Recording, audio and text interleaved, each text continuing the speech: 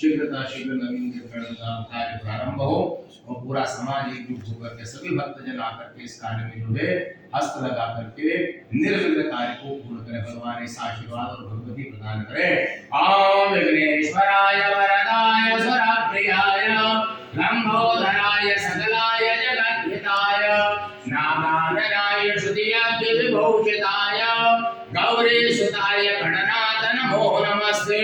या देवी सर्वभूतेषु शक्ति रूपेण संस्थिता नमस्तस्यै नमस्तस्यै नमस्तस्यै नमो नमः। गजाननार्पणमस्तु।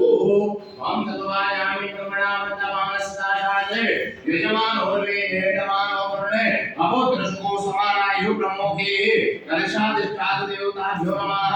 चार बार जल छूटी का कलश निमित्त पादयोपाद्यं समर्पयामि। हस्तयोः अर्घ्यम् अर्घ्याद्य मुखे आचमनीयं मिलित पंचामृत